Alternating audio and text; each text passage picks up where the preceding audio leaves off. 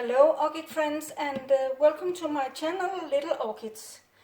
I want to talk about Phalaenopsis care and the types of Phalaenopsis today. It's not the orchid sort I have most of, but I have some and different kinds.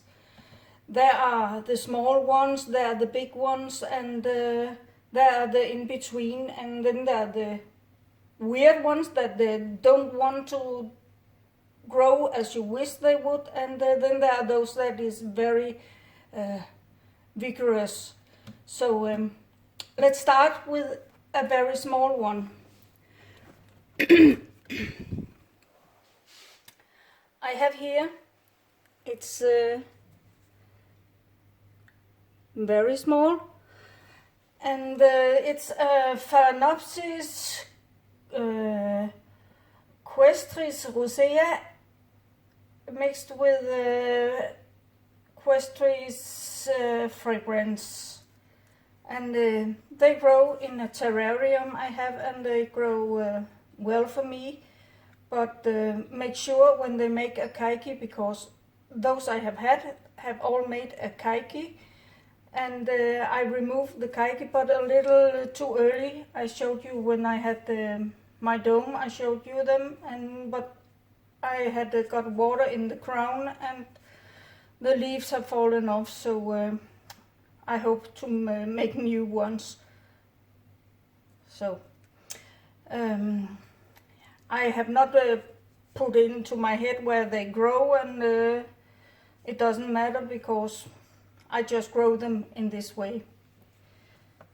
And then we have the middle ones. The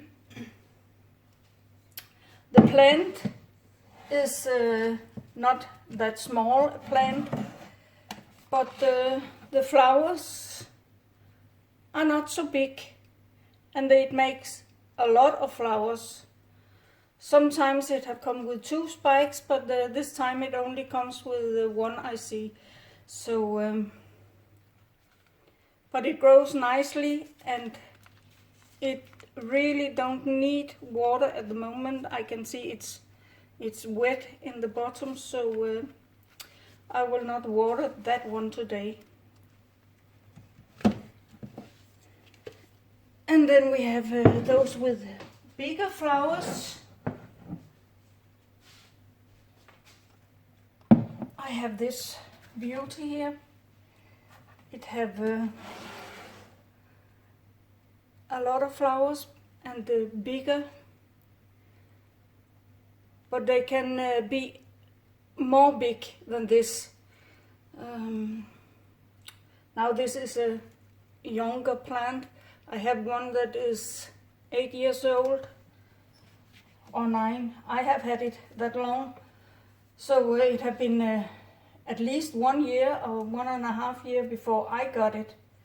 So it had very big flowers. And then we have one here. I have not make it to bloom. I have had it for 4 years, I think. It grows fine. I have had it in light. I have had it in shadow. Now I have it under artificial light, and it grows fine, but still no flowers. It's Phalaenopsis sarcogotris. I don't know what is wrong with it, but leave it. Maybe it will someday flower for me again. It was in flower when I bought it. And then we have one here. The roots rotted away, and then I potted it in a smaller pot, but still it did not really liked it. So I changed the media, so now it's in cocos husk and bark and leca mix. So but now it makes some roots. The leaves are fine. There's nothing wrong with those. So it's okay, but at this stage if it should come with a flower spike, I will cut the flower spikes off, because I will better want it to grow some a better root system. So, and I can see it have some kind of fungus on the leaves. So I have here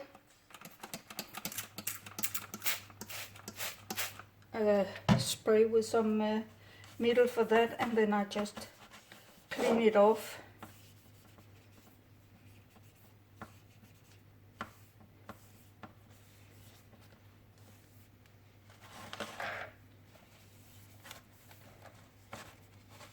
That you can do if you have dust also. Clean them with pure water.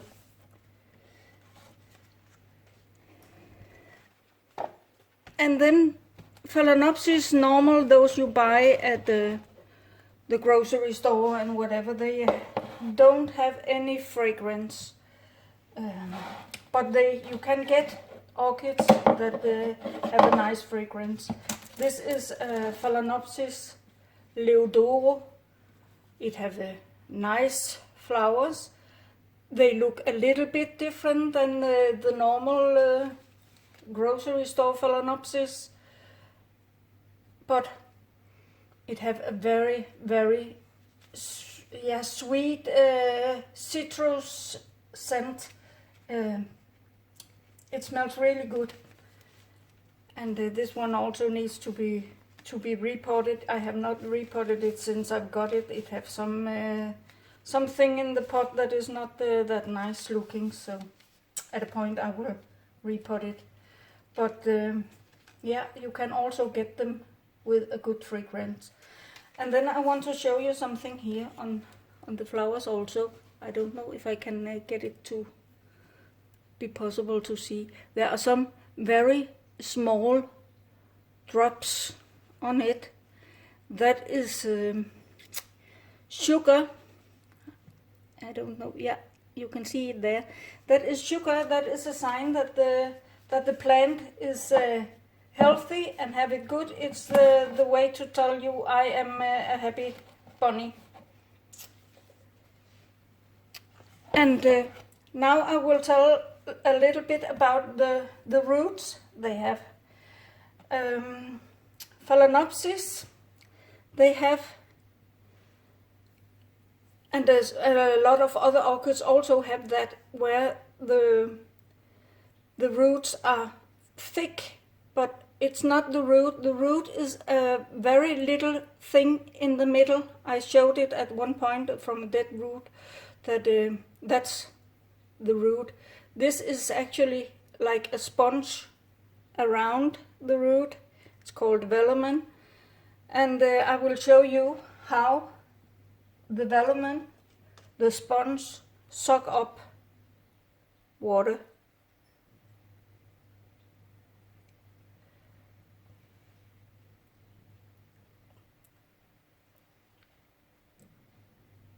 Can you see how it green up?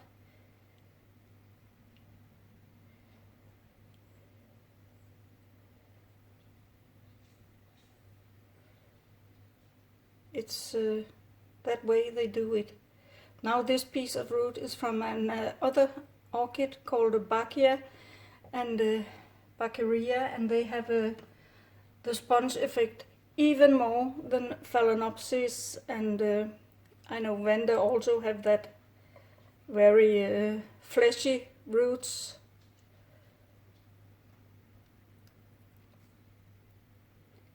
Yeah. Now I will talk about the water I give them. Most people at home don't have a reverse osmosis system and use normal tap water, and that's totally fine with Phalaenopsis orchid. They don't mind to get the tap water. They like the calcium in it, and the fertilizer, you can buy that fluid fertilizer, is actually made to go with tap water. It's first when you come out in the specific where you use air or reverse of osmosis water that you use something else, and that I will show you in a little time. First I will play a game with you and say, here I have about a liter mixed up with tap water and the fluid fertilizer, and I will water one of my plants. I simply take it and put it down in a bucket, or something else that is not where you can get water around the roots. And then I simply pull out all the water in it.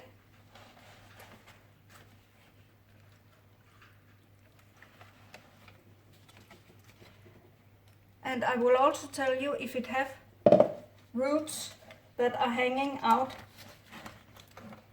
like this one, don't ever cut them away, because you can maybe need them at a later point where the roots maybe are gone in the pot, so then you need some new roots for the orchid, and you can actually give it a bit. But if it's very new roots, then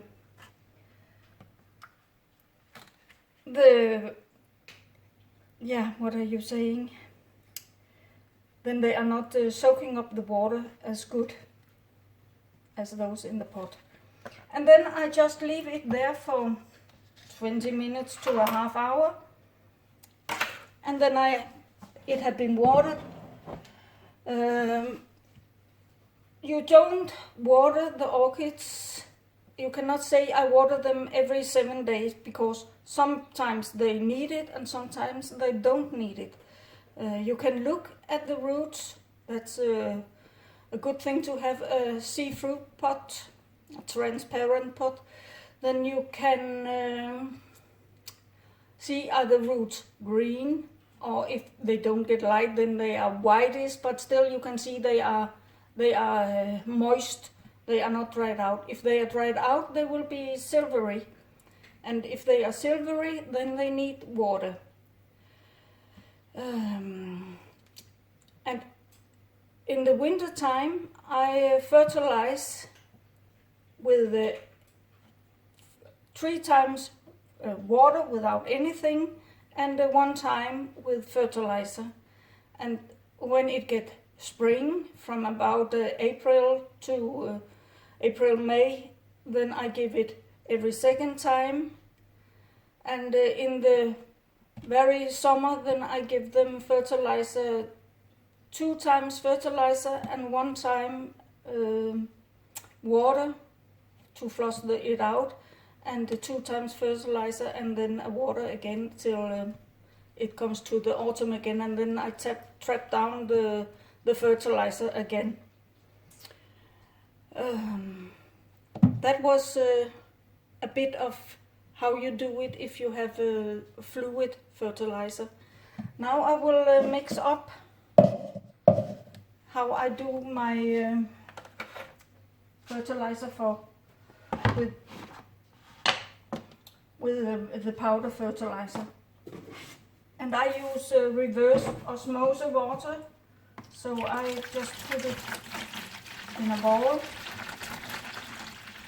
I have a lot of Phalaenopsis to water today, so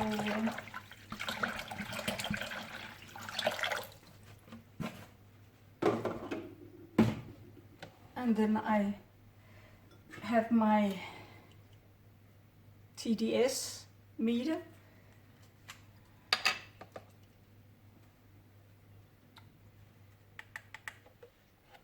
And it's about 10. My RO water is 10, and that's okay. It has something to do with your water pressure, I think, because you can buy an attachment that can make your pressure higher, so it comes quicker through the system, and then it should lower the TDS. Now it was 10, I will give it first some Calmac.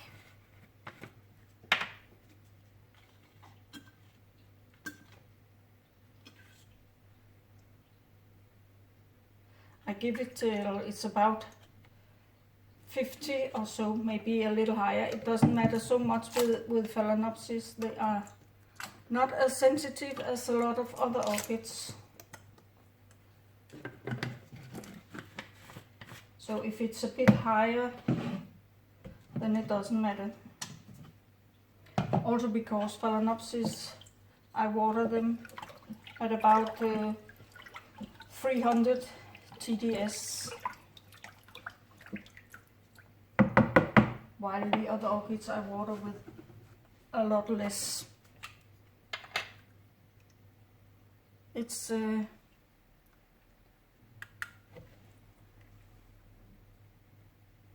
63. It's okay.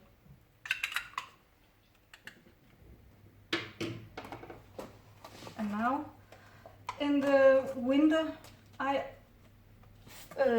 use something that is called 7L11 and 7 and 20.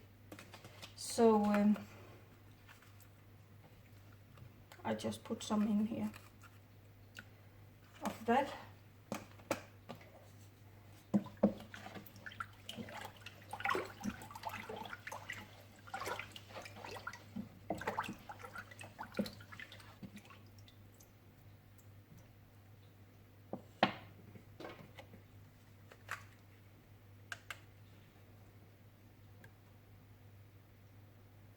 Let's have a little bit more. It was only 207, 720.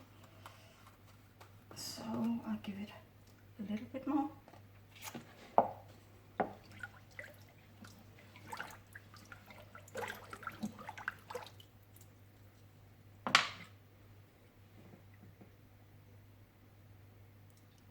$208 and 40, so it needs a little bit more. And now I say that's enough, whatever it shows. Is it a little under or a little over? That doesn't matter. 202 and 80. 480. 84. The light is not that good here. 284.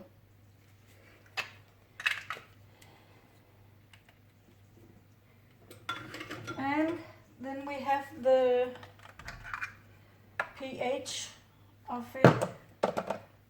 I have invested in a little more professional pH meter because I found I had 3 of those cheap Chinese thing, and I could calibrate and I could calibrate and I could calibrate, and there was always a difference in them on 40 or something.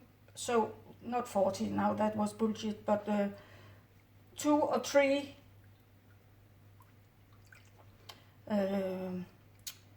it could be 5.8 in one of them, and it could be 5.9 in the other, and 6.6 or something in the other one. There was so much difference in them, and even I calibrated them, so which one could I count on? So I bought, it was a little bit more expensive, but more trustworthy.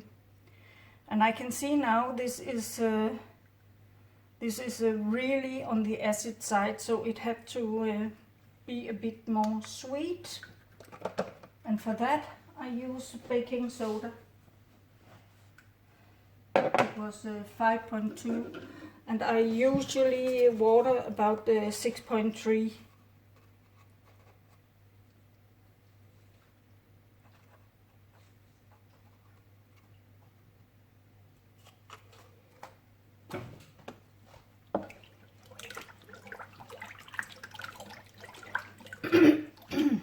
I still don't have come off with that bronchitis, so my voice is a bit rough. Sorry for that.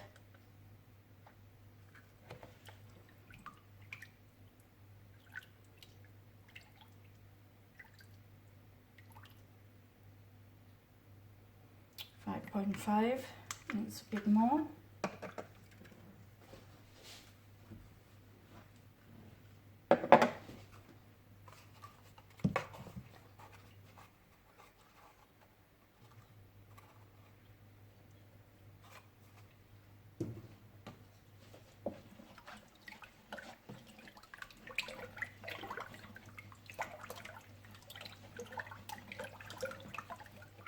Make sure it's dissolved good.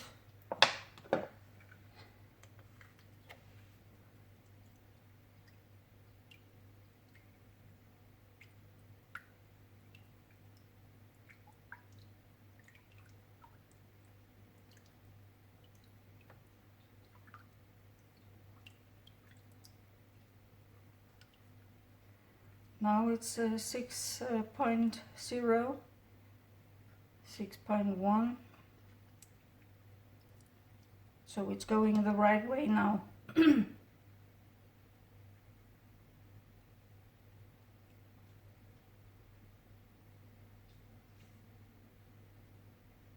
6.2.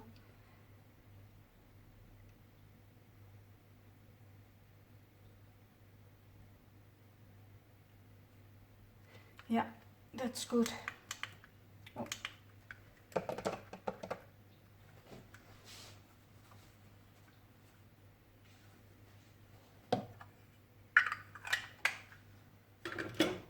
And that is how I make the water for the Phalaenopsis orchids.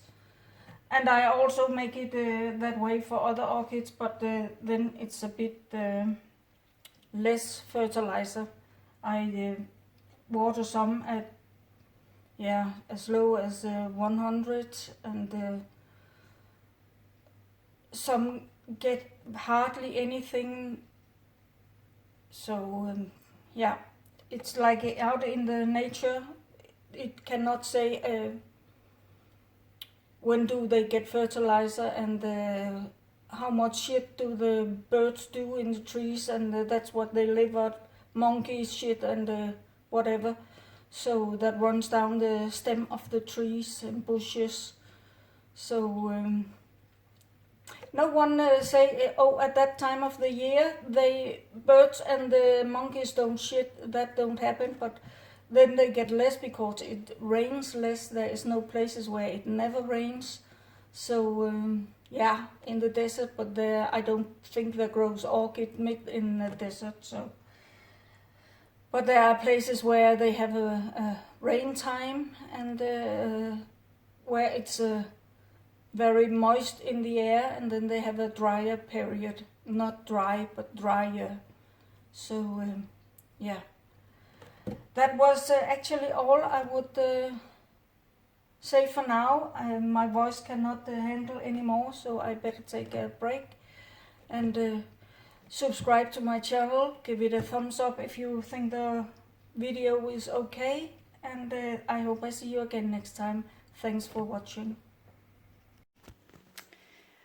Now I sit here with a nice cup of cappuccino after the day's work, but there was something I forgot to tell you. Never come water in the crown or in the corner of the leaves. It will make rot, and if you happen to come water there, then just take a piece of kitchen paper and make it a little bit pointy, and then you can suck the water away that way. And then there is also some nurseries that give the reclame, the announcement that just give your Phalaenopsis 2 ice cubes every week. Don't do that. It's a tropical plant and it needs heat. It don't like it colder than 15, at lowest 13 degrees Celsius. lower than that, there's a chance that it will get damaged from the cold, and that's not good. So don't give them ice cube. There is not growing Phalaenopsis at the South Pole or the North Pole. And also the amount of water from those 2 ice cubes is too little. It's not enough. So don't do it. The nurseries do it because they want to sell orchids, and people, they give them ice cubes, and after some time their orchid will die and they will need new orchids. Of course, that's a sales trick, nothing else. It's not good for your orchid, so don't do that. And that was just a little add to my video. So again, thanks for watching, and see you again next time. Bye.